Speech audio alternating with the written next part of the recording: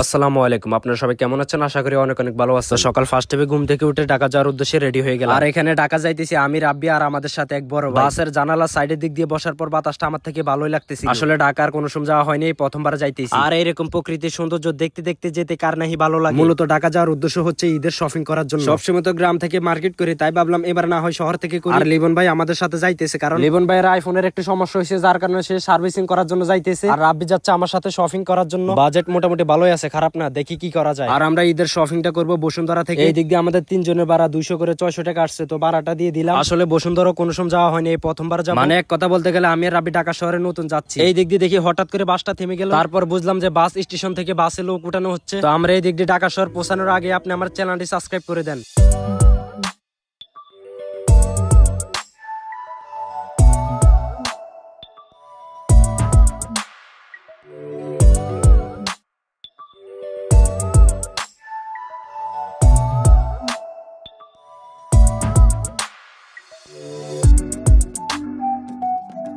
মানে গাড়ি দিয়ে আসার সময় এত ধুলাবালি উঠতেছে, যে কারণে মাস্কটা পরে নিলাম। আর গাড়ি জ্যামের মধ্যে পড়ছে টানা আধা ঘন্টা হয়েছে, এখনো গাড়ি স্টার্ট করতেছে না। এমনিতে রোজা রাখছে, আর জ্যামের মধ্যে বসে থাকতে বিরক্ত লাগে। অনেকক্ষণ যাবত বসে থাকার পর দেখলাম যে জ্যাম সরতেছে না, তারপর বাস থেকে নেমে পায়ে হাঁটা শুরু করলাম। আসলে আমি পায়ে হেঁটে কই যাইতেছি আমি নিজেও জানি। পরে লিবন ভাইরে জিজ্ঞেস করার পর বলতেছে আমরা নাকি এখন গুলিস্তান যাইতেছি। তো দেখা যাক কয় মিনিট পায়ে হাঁটতে হয়।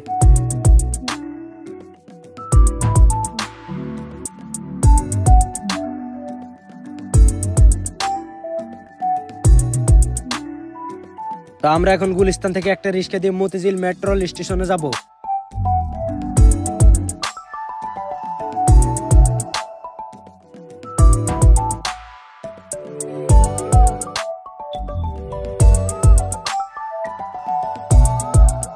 তো আমাদের ভাড়া আসছিল 3 জনের 100 টাকা। আসলে মেট্রোলে আমার কোনো সময় ওঠা হয়নি, প্রথমবার উঠার জন্য যাচ্ছি, দেখা যাক কি হয়।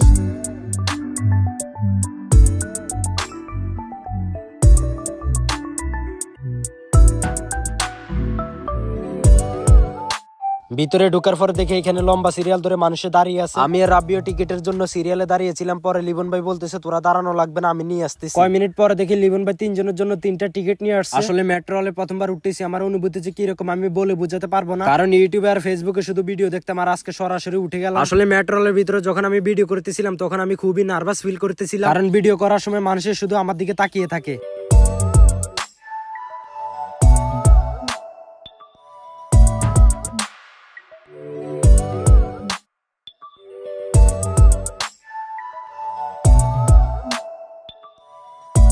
আসলে আমি কোন দিক দিয়ে কোথায় যাইতেছি আমি নিজেও বুঝতেছি না। লিবন ভাই বলতেছে তুই শুধু আমার পিছনে পিছনে আয়, বোঝা লাগবে না। তো দেখি কোথায় নিয়ে যায়।